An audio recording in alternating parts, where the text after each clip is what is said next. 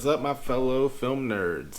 Welcome back to this week's episode. We're going to be doing something a little different. A few times here in the past month or so, I've kind of reached out on Instagram and Facebook to check any interest about a little Q&A video, and I've kind of just kept putting it off for some reason. I don't know.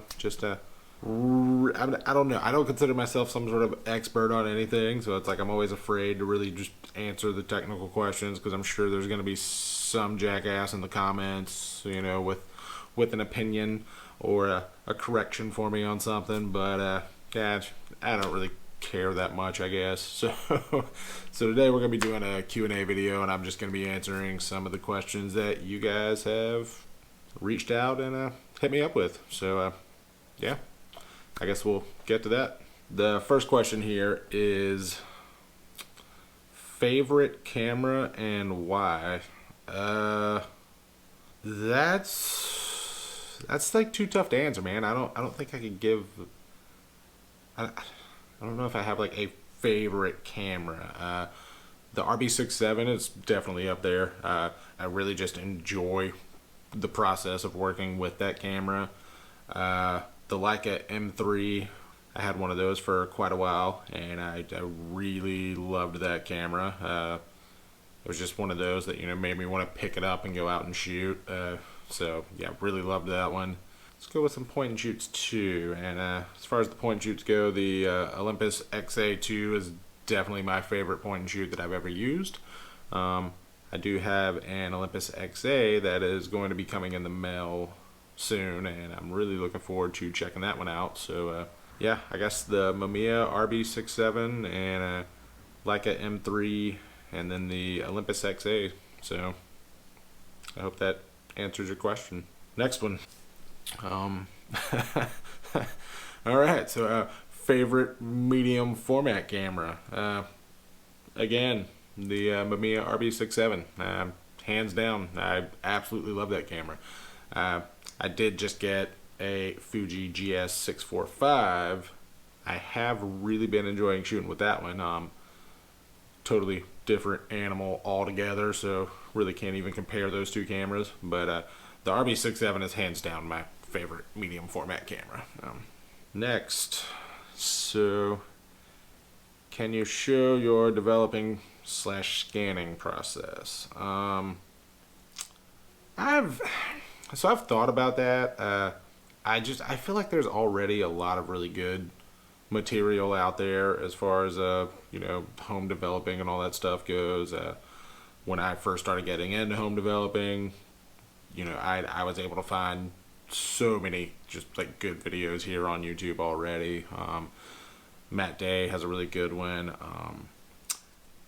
There was another one that I cannot remember what channel it was right now, but I don't know. The bottom line is there's a lot of them already out there, and for the most part, I don't really home develop anymore. So I work in a film lab, and all of my color film is ran through a Noritsu C41 processor. I do all of the black and white at the shop by hand, so slowly over time I've just taken all of my like home developing gear into the lab, and I just leave it there. So I do all my black and white in the lab at work as well, and then I scan it all on a Noritsu that we have in the lab. So there's really not too much. It wouldn't be like an in-depth thing like you see most people getting into the technicalities of how they scan on their Epson V550 or V800 or whatever. I scanned on a V550 for a long time. I actually still have it. I haven't used it in quite a while. But yeah, the Noritsu is just pretty much everything is like automatic. I may have to make a few corrections to if the shot's a little underexposed, like if I wanted a lot of black in there, like a night shot or something like that with a little bit of light, the Noritsu will kind of try and balance that out and like bring out those shadows more to get the correct exposure. So I'll have to go in there and like darken that up, but it wouldn't be that interesting.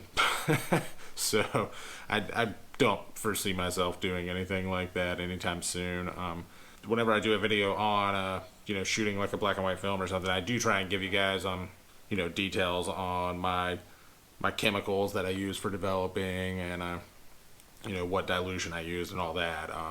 I like to do that so that you guys can see the photos in the video and then know what chemical and what dilution or whatever I use to get those certain results. But yeah, that's probably about as much as I'll touch on that on this channel. So next we have a how am I just now finding your channel? I don't know, man, but I'm super happy to have you here, so thanks. Next up we have oh, son of a bitch. All right. This is a good one. If you could only shoot with one camera for the rest of your life, what camera and why? Oh man. Dude, I don't know. I don't know if I can answer that. I got nothing, man. I don't think I can pick just one. I mean, definitely the ones that I mentioned earlier. Like the Leica M3, the RB67, or one of the XAs. Like I don't know if someone just like magically gifted me a like Mamiya 7 or something. I feel like I could be pretty happy with that one camera. I do prefer the 6x7 format and the detail in those negatives. So, I mean, if there's anyone out there that just wants to send a Mamiya 7 my way, I would be happy to give you my address, and I'm not going to promise that I'll sell all of my cameras after that, but I'll shoot with it a lot, I promise. Yeah. Okay, so we have another one here. What film/photography related tattoos do you have? That is not one I expected to see at all. I actually only have like one film photography related tattoo, and it's this one on my arm here. I don't know if you guys can really see that. I hope you can, but it's a 35mm SLR camera, or SLR style camera, and it just says "No grain, no glory." It was done by my good friend Devin Kimbrell, who actually does the majority of my work. I have a few that were done before he ever started tattooing, but ever since he started tattooing, he pretty much does all of my work. So yeah, shout out to Devin. All right, next we have Sunny 16 rule and metering without a light meter. It says, I always underexpose when using that method, so any help reading the light levels would be great.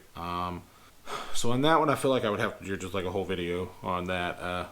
My pal Jonathan Paragas actually just put out a video somewhat recently over on his channel, King Japes. I'm sure you guys have heard of him.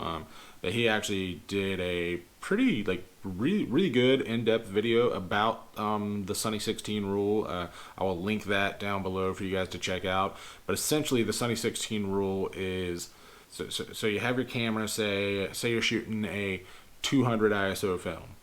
So if you don't have a light meter, you can set your shutter speed to the closest shutter speed, like relative to your ISO. So if you have a 200 ISO film, then you would set that shutter speed to 250, and then you would set your aperture to f16, and that is the Sunny 16 rule. So if it's super bright outside, no clouds in sight, then 200 speed ISO film, a shutter speed of 1/250th of a second, and then f16, and that would get you pretty close to the correct exposure. And then once you're familiar with this, you kind of get used to it. You learn how to read the light, make slight adjustments. Like if there's some clouds in the sky, then you can open it up to f11, or you can drop your shutter speed to 1/125th of a second, and so forth. It'd be a really in-depth video to go into all of that. So not going to do that right now, maybe in the future, but like I said, I'll link I'll link King Jape's video down below so that y'all can check that out if you're interested. Next question.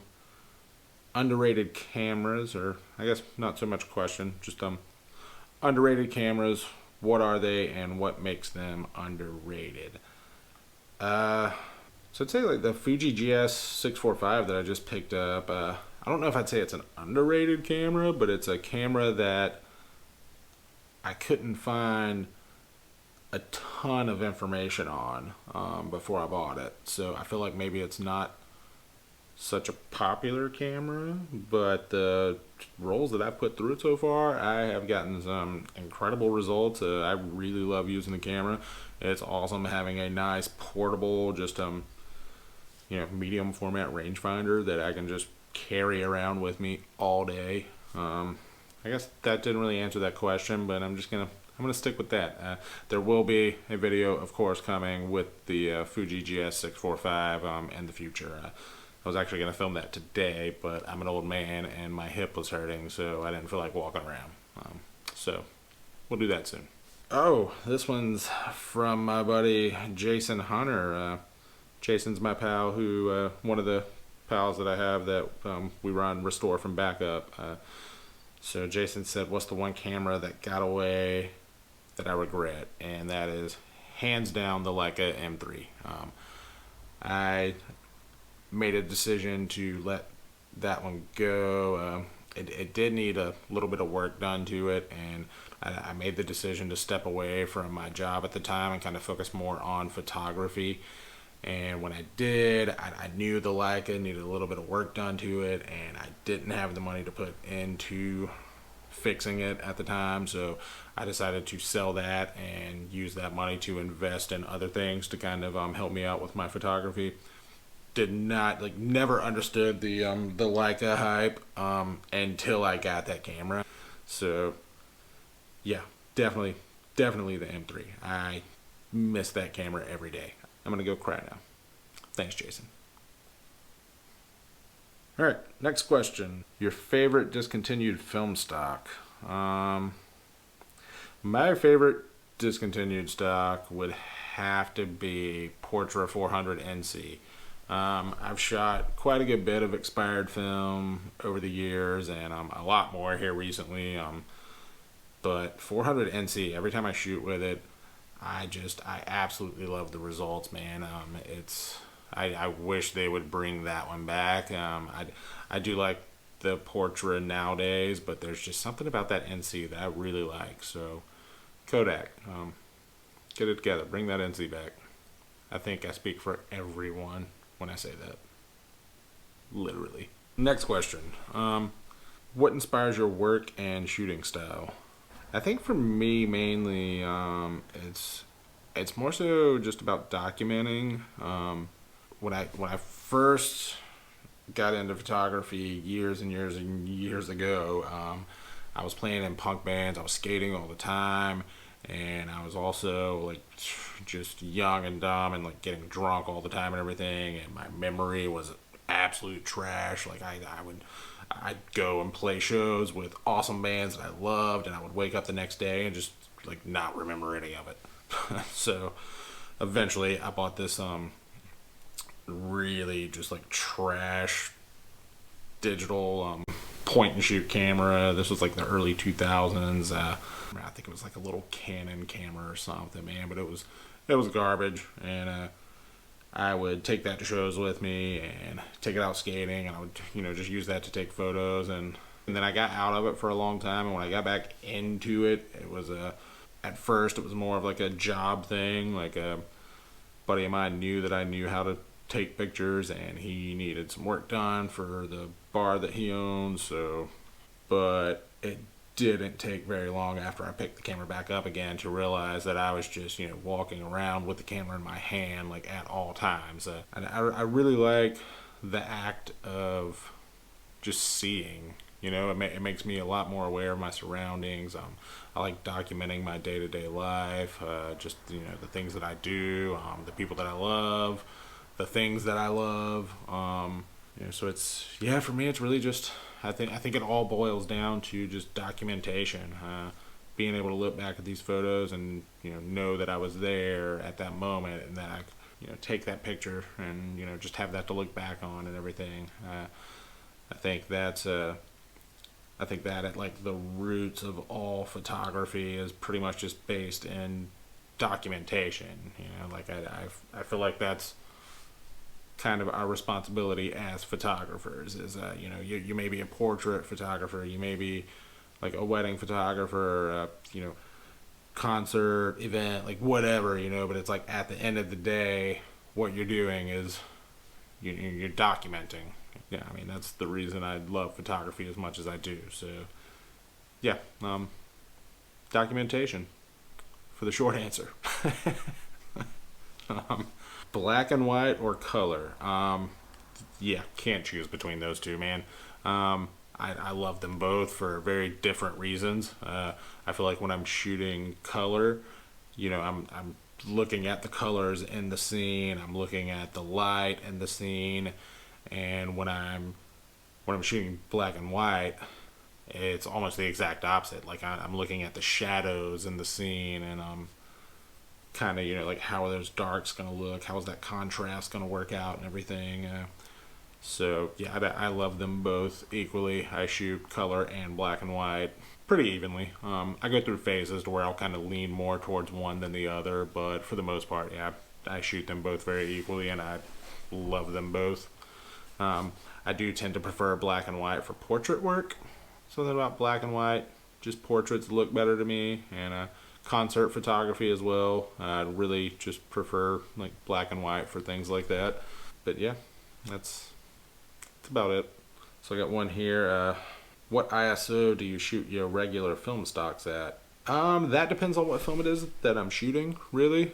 For the most part, I like all my color films, I pretty much just rate at box speed, and depending on the scene that I'm shooting, I'll just kind of make the call as to whether or not to overexpose it to give it a little more light, or underexpose it, to give it a little less light and get a darker tone to it. I don't really ever push color films. Now my black and white, on the most part, I normally push my black and white a stop or two when I'm shooting it, especially if it's HP5. I almost always at least push that one stop, or I will shoot it at 400 and then develop for 800, or I will shoot it at 800 and then develop for 1600. I guess I don't know. I hope that answers your question. Alright guys, so looks like that was it as far as the Q&A goes. Thank you to everyone who reached out with a question or just wanted to know a little something. I greatly appreciate it. As always, don't forget to like and subscribe if you haven't already. I will say I had an art show last week, and it was the opening reception for my After the Storm series, which was my little documentation of my town after the tornado came through on February 6th last month.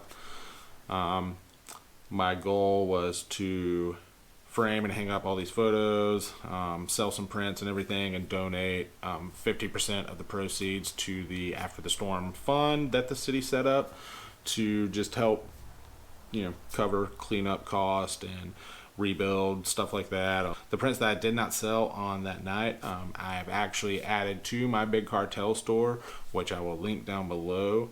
And if you guys would like to purchase one of those prints or anything, just know that 50% of that is going to go to the city to just, kind of make someone's life a little easier, I guess. Just like I said, helping with cleanup and rebuild and everything. As always, just thank you guys again so much. Don't forget to follow me over on Instagram at Zach Parks Photo, and I'll see you all next week.